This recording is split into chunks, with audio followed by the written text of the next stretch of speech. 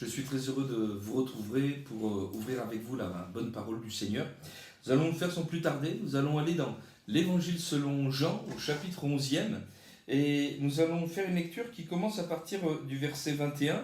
Et nous allons aborder un thème qui parfois suscite quelques controverses. C'est la question des liens. Et le titre de notre prédication sera celui-ci, de notre message: délier Lazare. Alors pour se retrouver dans le contexte, nous allons aller donc au verset 21 du chapitre 11. Jésus se rend auprès de Marthe et de Marie qui l'ont fait demander pour voir Lazare qui était malade. Et Jésus tarde à venir tout à fait sciemment. Et puis finalement Lazare est mort et nous allons voir la suite de ce récit que beaucoup connaissent. Nous intéresserons surtout au verset 44, mais je voudrais qu'on ait le plaisir de retrouver ce texte de la bonne parole du Seigneur. Donc à partir du verset 21, il nous est dit: Marthe dit à Jésus: Seigneur, si tu avais été ici, mon frère ne serait pas mort. Mais maintenant même, je sais que tout ce que tu demanderas à Dieu, Dieu te l'accordera. Jésus lui dit: ton frère ressuscitera. Je sais, lui répondit Marthe, qu'il ressuscitera à la résurrection, au dernier jour. Jésus lui dit: je suis la résurrection et la vie. Celui qui croit en moi vivra, quand même il serait mort. Et quiconque vit et croit en moi ne mourra jamais. Crois-tu cela? Elle lui dit: oui, Seigneur, je crois que tu es le Christ, le Fils de Dieu, qui devait venir dans le monde. Ayant ainsi parlé, elle s'en alla, puis elle appela secrètement Marie, sa sœur, et lui dit: le maître est ici, il te demande. Dès que Marie eut entendu, elle se leva promptement et alla vers lui, car Jésus n'était pas encore entré dans le village, mais il était dans le lieu où Marthe l'avait rencontré.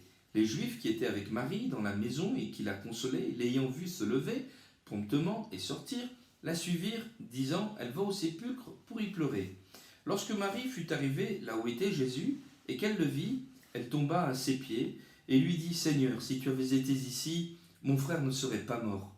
Jésus, la voyant pleurer, elle et les Juifs qui étaient venus avec elle, frémit en son esprit et fut tout ému.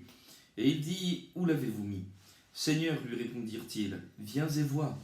Jésus pleura. Sur quoi les Juifs dirent: voyez comme il l'aimait. Et quelques-uns d'entre eux dirent: lui qui a ouvert les yeux de l'aveugle, ne pouvait-il pas faire aussi que cet homme ne mourût point? Jésus, frémissant de nouveau en lui-même, se rendit au sépulcre. C'était une grotte, et une pierre était placée devant. Jésus dit: ôtez la pierre. Marthe, la sœur du mort, lui dit: Seigneur, il sent déjà, car il y a 4 jours qu'il est là. Jésus lui dit: ne t'ai-je pas dit que si tu crois, tu verras la gloire de Dieu? Ils ôtèrent donc la pierre du lieu où le mort était couché, et Jésus leva les yeux en haut et dit: Père, je te rends grâce de ce que tu m'as exaucé. Pour moi, je savais que tu m'exauces toujours, mais j'ai parlé à cause de la foule qui m'entoure, afin qu'ils croient que c'est toi qui m'as envoyé. Ayant dit cela, il cria d'une voix forte: Lazare, sors! Et le mort sortit, les pieds et les mains liés de bandes, et le visage enveloppé d'un linge. Jésus leur dit: déliez-le et laissez-le aller. Amen.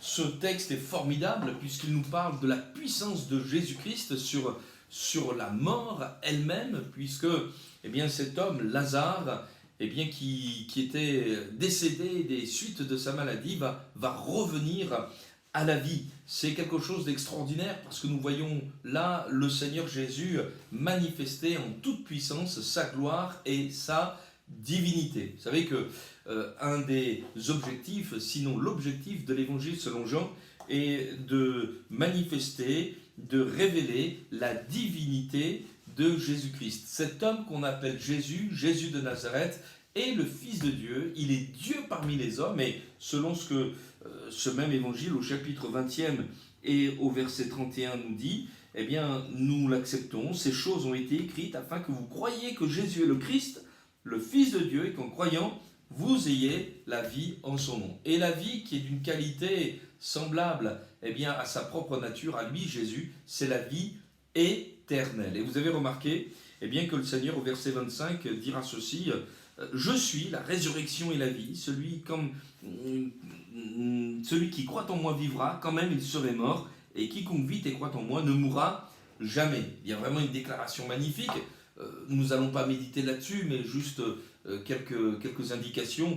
Ce terme je suis, ou ce que le Seigneur utilise régulièrement dans cet évangile, je suis le bon berger, je suis le chemin, la vérité et la vie, puis là, je suis la résurrection et la vie.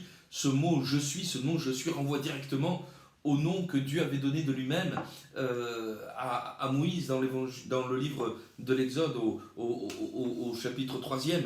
Et nous découvrons là bien, que Jésus se nomme ainsi lui-même « Je suis » parce que bien, il manifeste sa divinité. Le temps n'a pas de prix sur lui. Avant que bien, Jésus soit sur cette terre, mais il existait de toute éternité. Il est Dieu. Dieu, c'est le Père, le Fils et le Saint-Esprit. Puis il nous est dit « Je suis la résurrection », c'est-à-dire que pour qu'il y ait résurrection, il faut qu'il y ait mort. Donc la résurrection, c'est la victoire sur la mort, puis la résurrection est la vie.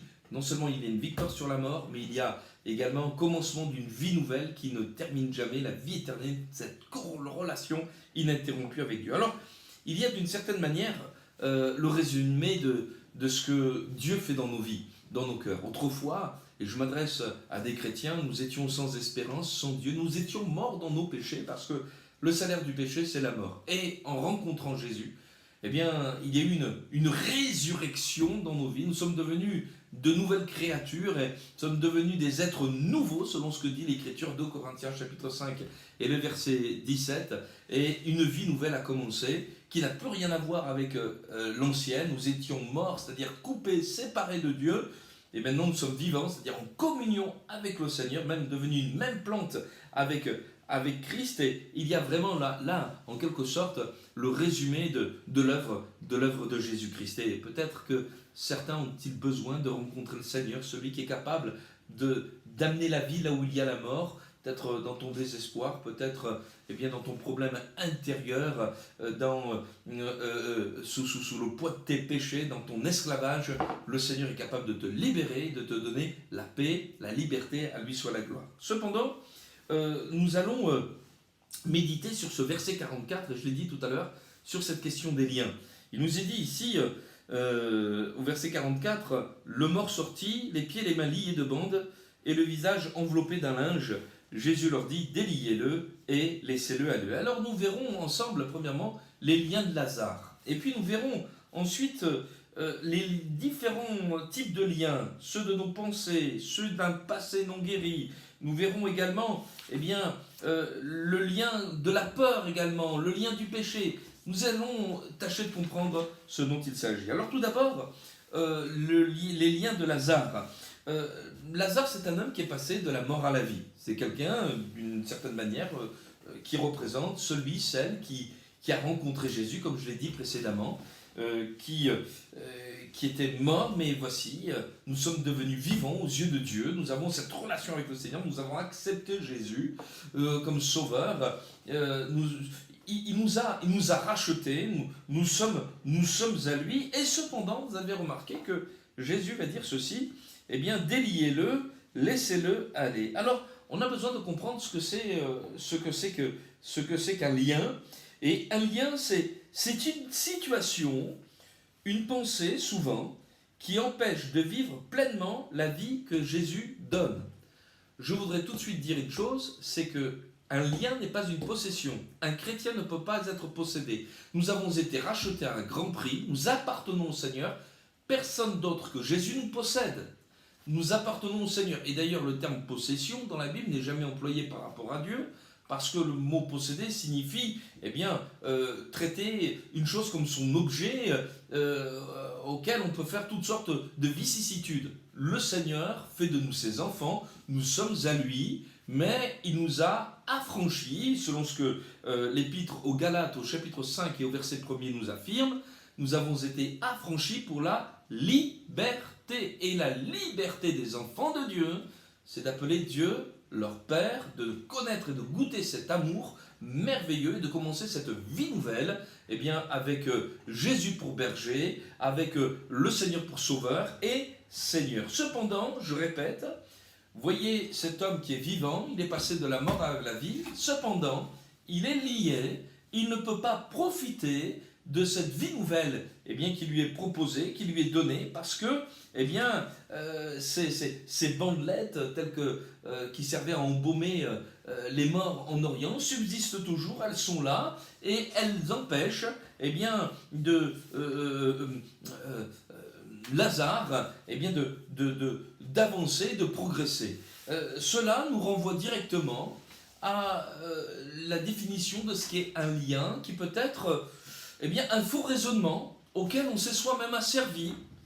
On pense que Dieu nous demande des choses qu'en réalité il ne nous demande pas.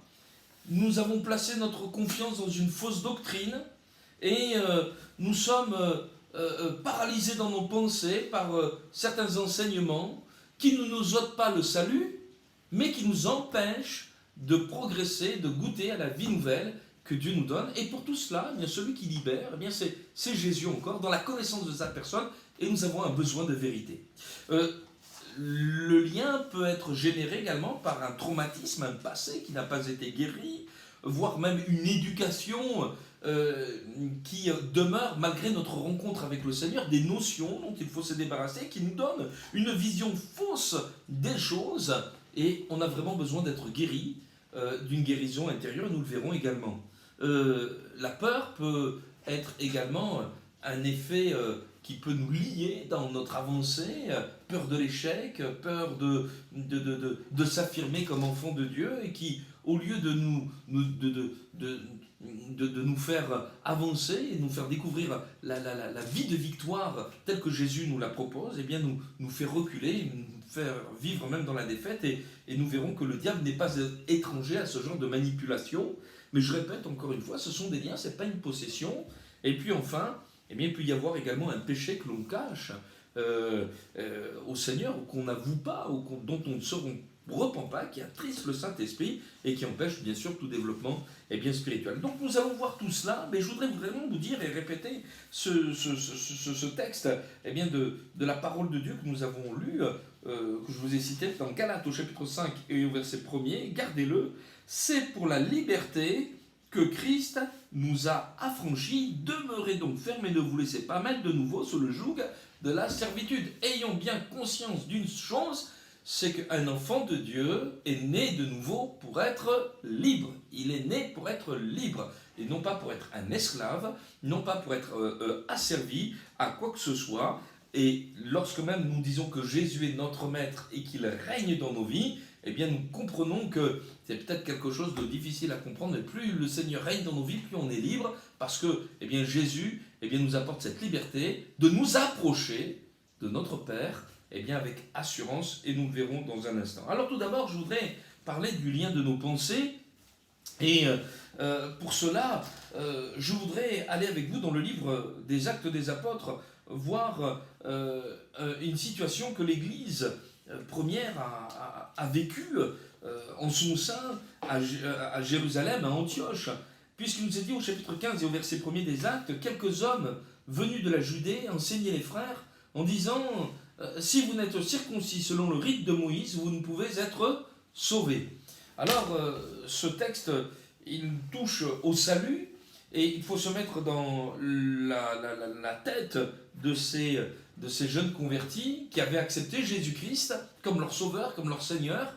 Ils avaient découvert la joie du salut, le pardon de leurs péchés, et voici que des gens dont on apprendra par la suite que personne ne les avait envoyés se mettent à leur enseigner que s'ils n'obéissent pas à certains règlements de la loi tels que Dieu l'avait donné à Moïse, ils ne sont pas sauvés. En réalité, ils sont en train de faire dépendre ces jeunes convertis de quelqu'un d'autre que Jésus quant à leur salut. Et ils sont en train de leur dire, il faut que vous fassiez ceci, il faut que vous fassiez cela, il faut que vous fassiez circoncire, pour avoir l'assurance d'être sauvés. Imaginez le drame chez ces jeunes convertis qui sont déboussolés, mais je croyais que Jésus était mon sauveur, mais alors il faut que je fasse encore autre chose, il faut que j'ajoute autre chose à mon salut. Cette pensée va être complètement détruite, notamment par l'apôtre Pierre qui va déclarer au verset 7 de ce même chapitre 15 des Actes, « Hommes frères, vous savez que dès longtemps, Dieu a fait parmi vous un choix, afin que par ma bouche, les païens entendent la parole de l'Évangile et qu'ils croient. Et Dieu, qui connaît les cœurs, leur a rendu témoignage en leur donnant le Saint-Esprit comme à nous. Et il n'a fait aucune différence entre nous et eux, ayant purifié leur cœur par la foi. Maintenant, pourquoi donc tentez-vous Dieu en mettant sur eux le cou des disciples un joug que ni nos pères ni nous n'avons pu porter, mais c'est par la grâce du Seigneur Jésus que nous croyons être sauvés de la même manière qu'eux. » Et nous voyons que Pierre va rétablir la chose. Eh bien, celui qui sauve, c'est Jésus. Et pour notre salut, nous n'avons pas besoin de dépendre de quelqu'un d'autre que de Christ. Attention aux gourous. Attention à ceux et celles qui veulent qui veulent avoir une emprise sur vos vies en vous disant, mais si tu n'accomplis pas ceci, si tu n'accomplis pas cela, ici c'était la circoncision, ça peut être toute autre sorte d'autre chose, eh bien tu ne seras pas sauvé. Il n'y a une seule source de salut, c'est Jésus-Christ. Et parfois même des croyants, des jeunes croyants, ou même parfois des croyants confirmés, eh bien peuvent être liés par des propres pensées quant à une sanctification excessive. Pour plaire à Dieu, il faut que je fasse ceci. Pour plaire à Dieu, il faut que je fasse cela. Et sans s'en rendre compte, on fait dépendre notre salut, non pas de la grâce de Dieu manifestée en Jésus-Christ, qui est accessible seul par la foi, mais on fait dépendre notre salut de nos œuvres, de ce qu'on peut faire, de ce qu'on ne peut pas faire, etc. Il en résulte bien, un sentiment de frustration parce que tous nos efforts, même les meilleurs, les plus motivés, les plus sincères, ne sauraient bien, arriver aux exigences bien, de la sainteté divine. Nous ne sommes que des hommes. Et c'est pour cela que Jésus est venu. Il a accompli ce que nous ne pouvions pas accomplir. Il a accompli toute la loi jusqu'à donner sa vie pour nous libérer de cette loi et que nous soyons rachetés, que nous ne soyons plus sous la loi, mais sous la grâce. Nous pouvons avoir des dizaines d'années de conversion. Nous sommes sauvés par la grâce de Dieu manifestée en Jésus-Christ comme le premier pécheur qui vient de rencontrer Jésus dans une réunion, qui a levé sa main pour être sauvé. C'est la même grâce. C'est la grâce de Dieu manifestée en Jésus-Christ. Ne rejetons pas la grâce de Dieu. Autrement, nous allons vivre malheureux, nous allons être frustrés, nous allons même avoir sur Dieu des conceptions complètement erronées en disant Dieu me demande ceci, Dieu me demande cela, il me demande encore de plus jeûner mais je ne vois pas mes progrès, de plus prier mais je ne vois pas mes progrès, il me demande de me priver de mes... Alors que c'est absolument pas cela. La vie avec Dieu, c'est une vie bien, qui se fait dans l'amour, qui se fait dans la discipline. Certes, on n'est pas dans le péché, gloire soit rendue au Seigneur, mais c'est une vie de liberté. Et nous avons besoin bien, d'y rester. Et combien d'hommes et de femmes se sont rendus eux-mêmes malheureux et sont passés à côté bien, de ce que le Seigneur voulait leur donner et même ont mis en doute leur propre salut. Pourquoi ? Parce qu'ils se sont créés un standard personnel bien, de sanctification qui ne correspond plus bien, à la vision d'amour et de salut qui est un don de Dieu, qui est le fruit de la grâce de Dieu du premier au dernier jour de notre vie, j'allais dire chrétienne. Nous sommes bien, sauvés par la grâce du Seigneur. Ne la rejetez jamais. Cela mettrait une contrariété terrible jusqu'à faire douter des hommes et des femmes bien, de leur propre salut qui pourtant est acquis en Jésus-Christ. Vous voyez, c'est un lien qui est important. Et il y a un autre lien également qui est celui d'un passé qui peut être non guéri ou incompris. Vous remarquez à chaque fois qu'il n'est pas fait mention ici bien, d'actions ténébreuses au sens démoniaque du terme d'une possession. Nous sommes, lorsque nous parlons de lien quant aux enfants de Dieu, dans la conception de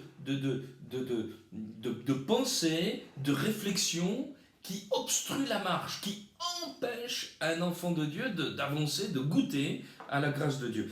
Il y a dans la Bible un homme bien connu dans le livre de la Genèse qui s'appelle Jacob et qui est devenu un homme de Dieu extraordinaire. Et voici que Jacob a vécu un drame terrible puisque eh bien, il a vécu la mort de son fils Joseph, celui qui devait lui succéder. Un garçon, Joseph, exceptionnel par sa relation avec Dieu, par les qualités qu'il est. Et voici que celui-ci eh bien, vient à mourir. Sauf que il n'est pas mort, mais il a été vendu par ses frères. Et ses frères ont fait croire à sa mort, mettant son père dans une tristesse infinie. Je passe certains détails, mais il fallait que Joseph eh bien, passe par ces tribulations pour devenir celui qui sera le premier ministre du pharaon de l'Égypte.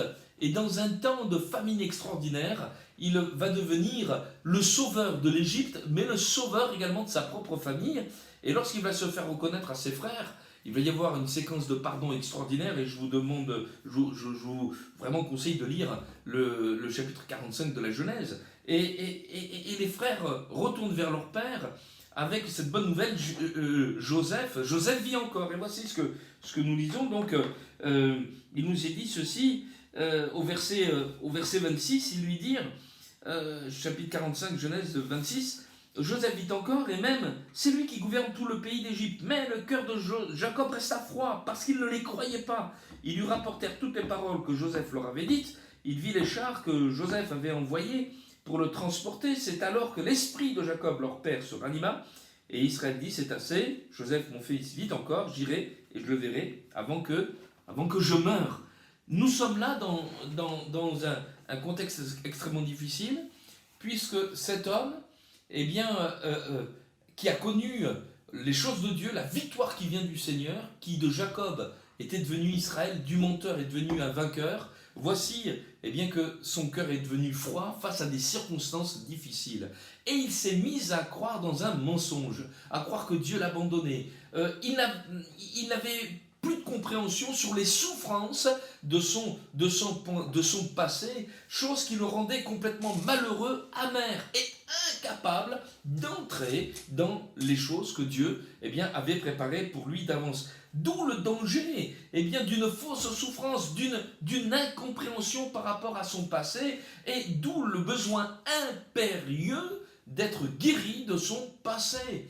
Et nous passons tous par des moments difficiles, par des injustices, par des souffrances, et bien que nous ne souhaitons à personne. Mais si nous voulons avancer, il nous faut comprendre le sens de ces souffrances, ou nous laisser guérir par le Saint-Esprit, pour nous faire comprendre que même s'il y a eu toutes ces souffrances et ces injustices, Dieu est toujours là, et le plan de Dieu ne s'arrête pas. Je suis la résurrection et la vie.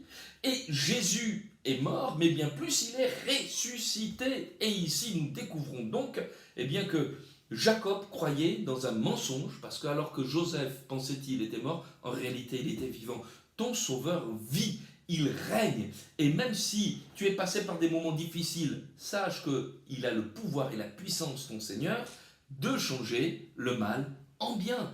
Il est Dieu. Et vous avez remarqué que la guérison dans le cœur de Jacob s'est faite tandis qu'il a entendu les paroles de Joseph et qu'il a vu les chars que Jacob avait envoyés pour le transporter. Il a vu toutes ces richesses, il a vu la marque de son fils, il a vu l'attention. Certainement y avait-il eh bien, des cadeaux, des choses que Joseph savait que cela réjouirait le cœur de son père, des choses que seul lui eh bien, pouvait connaître. Et je crois que nous avons besoin eh bien, d'une action du Saint-Esprit pour nous guérir de notre passé, pour nous guérir et pour nous dire, mais malgré tout ce que tu as traversé, Dieu t'aime encore, il est toujours là. Et parfois il y a des choses que nous ne savons pas expliquer, des drames que nous ne savons pas expliquer. Nous saurons dans le ciel les raisons, mais parfois il y a des explications. Et ici il fallait que Joseph eh bien, souffre, il fallait qu'il passe par ces moments-là difficiles. Il est une figure de Jésus qui souffre, qui donne sa vie. Et nous aussi, nous marchons à l'exemple du Seigneur. Et parfois, nous rencontrons de graves obstacles et difficultés dans nos familles. Et nous passons par des moments de souffrance dont le but est de montrer la réalité de notre foi et de notre espérance dans le Seigneur. Au face que, eh bien, ces souffrances, ces incompréhensions peut-être trouvent leur solution et soient déliées au nom de Jésus.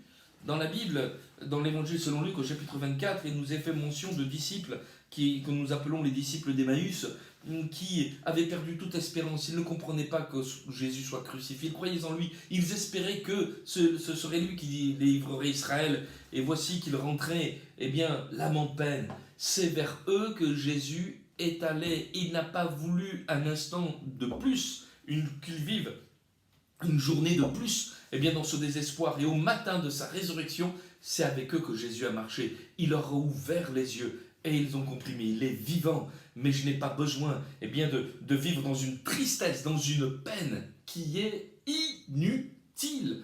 Et je voudrais te dire ceci, cesse de pleurer, demande au Seigneur de te consoler et progresse et avance, parce que les projets de Dieu ne sont pas terminés. Et nous voyons comment ce lien est capable de nous faire perdre beaucoup de temps.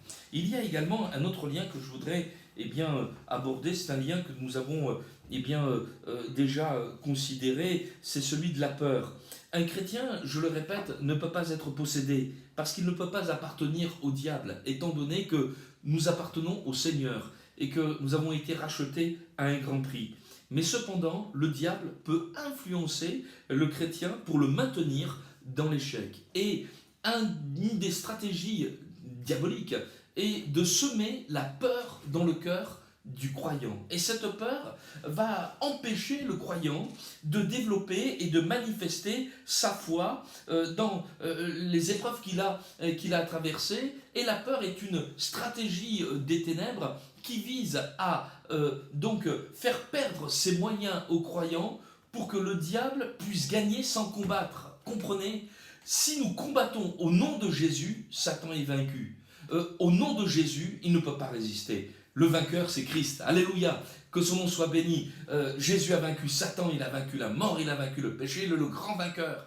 Mais si en quelque part, il réussit à nous faire peur et détourner nos yeux de Jésus pour regarder à autre chose, eh bien, qui nous impressionne, eh bien, nous sommes dans le trouble. C'est ce qui s'est passé, par exemple, pour l'armée d'Israël lorsque Goliath apparut dans le premier livre de Samuel au chapitre 17. Et nous voyons là Goliath qui impressionne avec sa hauteur, ses 3,50 m de haut, et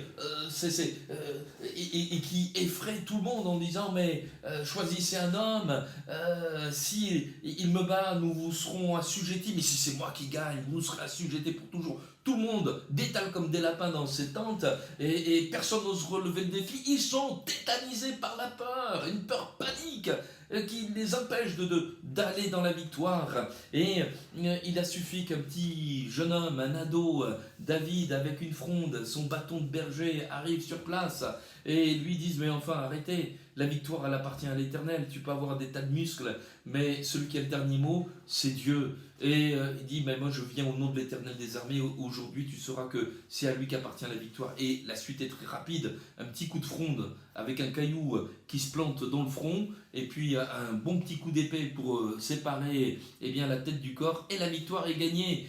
Et cette victoire va galvaniser tout le peuple qui va sortir pour aller combattre les Philistins et qui va gagner. Combien nous avons besoin de considérer la victoire de Jésus à la croix du Calvaire.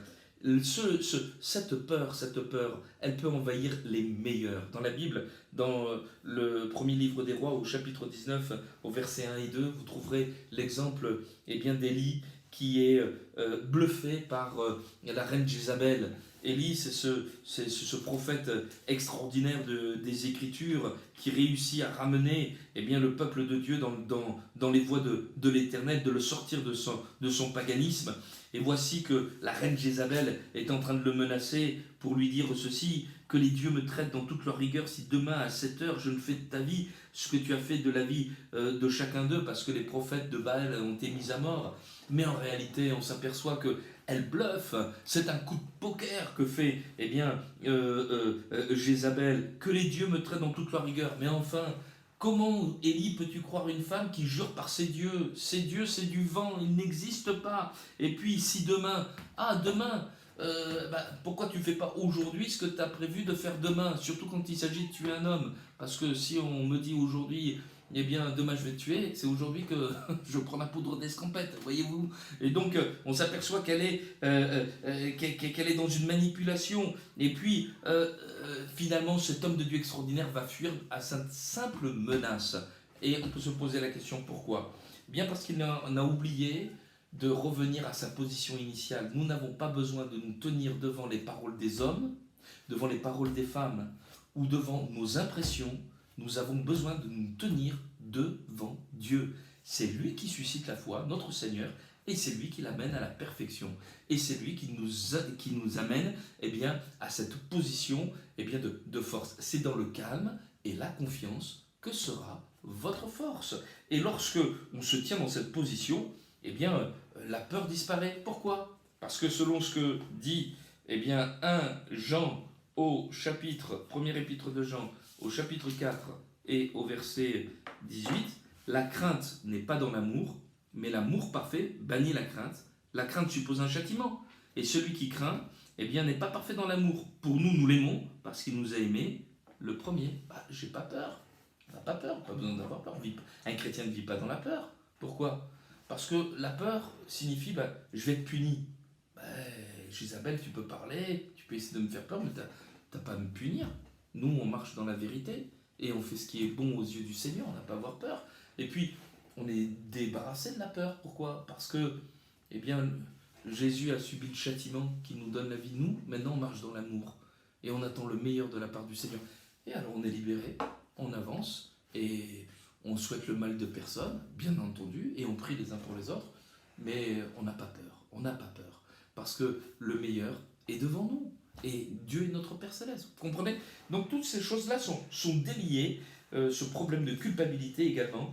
Notre Seigneur n'est pas un mauvais professeur qui essaye de nous piéger pour nous faire rater les examens, mais il est là pour nous faire entrer dans le succès. À lui soit la gloire. Amen. Et puis mon dernier point, c'est le lien du péché. C'est peut-être le plus grossier, mais il existe également. Qu'est-ce que c'est le péché pour un enfant de Dieu? C'est laisser la place dans son cœur, laisser à quelque chose d'autre, à quelqu'un d'autre qu'à Dieu, la place qui revient au Seigneur dans notre cœur. Et nous voyons que ce sont des choses qui peuvent rentrer d'une manière tout à fait subtile dans nos cœurs, lorsque parfois nous sommes pris par des priorités financières, matérielles, professionnelles, familiales, où nous mettons à servir non plus le Seigneur, c'est plus Dieu qui est au centre, mais c'est Dieu qui devient la périphérie. C'est moi qui prend la place du Seigneur en quelque sorte, et je me sers ensuite de ma communion avec Dieu pour avoir quelque avantage que ce soit. Mais dans le livre des Juges, au chapitre 11 et chapitre 2 et le verset 11, il nous est dit: voici, les enfants d'Israël firent encore ce qui déplaît à l'Éternel, ils servirent les Baals et ils abandonnèrent l'Éternel, le Dieu de leur père, qui les avait fait sortir du pays d'Égypte, et ils allèrent après d'autres dieux, voilà, etc. Et on s'aperçoit que la conséquence de tout cela va être qu'au lieu d'être un peuple victorieux qui doit vivre les promesses de Dieu, ils vont être un peuple vaincu, un peuple qui ne va plus goûter à cette vie promise par le Seigneur, parce que c'est plus Dieu qui règne, c'est plus le Seigneur qui est le premier, et il y a quand même un principe divin. Lorsqu'on veut marcher avec le Seigneur, Matthieu 6, 33, cherchez premièrement le royaume et la justice de Dieu, et toutes ces choses, vous seront données par-dessus tout. Et en réalité, la question qu'on doit se poser, mais qui aimons-nous? Qui aimons-nous? Et peut-être que quelqu'un qui a besoin de voir la victoire du Seigneur a besoin de se poser cette question. Gédéon, dans le chapitre 6 des Juges, se la posera cette question, mais où est le Dieu de nos pères, dira-t-il? Mais si l'Éternel est avec nous, pourquoi toutes ces choses nous sont arrivées, etc. Et Dieu ne manque pas d'humour, parce qu'il veut lui dire: mais l'Éternel est avec toi, valiant héros. Il lui demande de se lever, et finalement Gédéon va revenir au Seigneur, entrer dans la perception de Dieu, et avant qu'il entre dans la victoire du Seigneur, il va faire une chose, Gédéon, que l'Éternel va lui demander.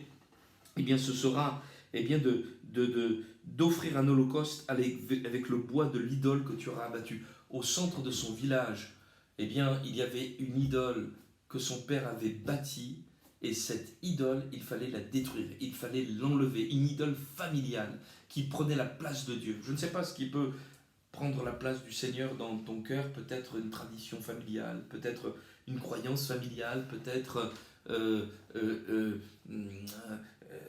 c'est le sport, peut-être c'est une éducation, mais une culture, voire, eh bien, mais si cela prend la place de Dieu, c'est pas du tout à sa place. Et sur cet autel, eh bien, il a fait brûler cette idole, Gédéon. Il a retrouvé son tranchant, il a retrouvé son énergie.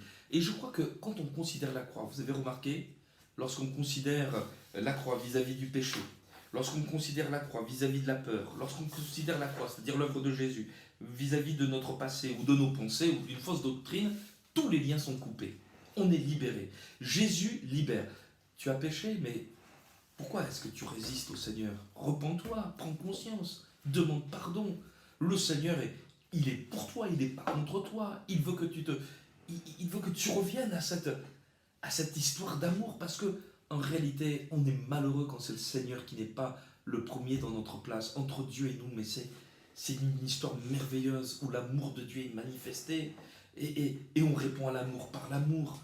Mais si tu savais comme il t'aime, tu viendrais à lui, mais tu le ferais passer en tout, et tu ne serais déçu de rien, parce que cet amour, il est capable, eh bien, de remplir tout ton cœur. Voilà, toutes ces choses. Vous avez remarqué que tous ces liens sont cassés, brisés dans la connaissance, dans la communion par le Saint-Esprit et la parole de Dieu du Seigneur Jésus, et ça nous permet à chaque fois, d'entrer dans cette vie, que Dieu a promise. Délier Lazare, délier celui qui dit « Mon secours est en Dieu ».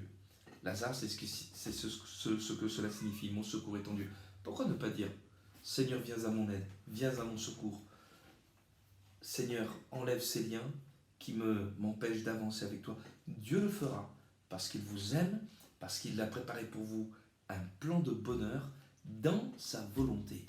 À lui soit la gloire, et à très bientôt.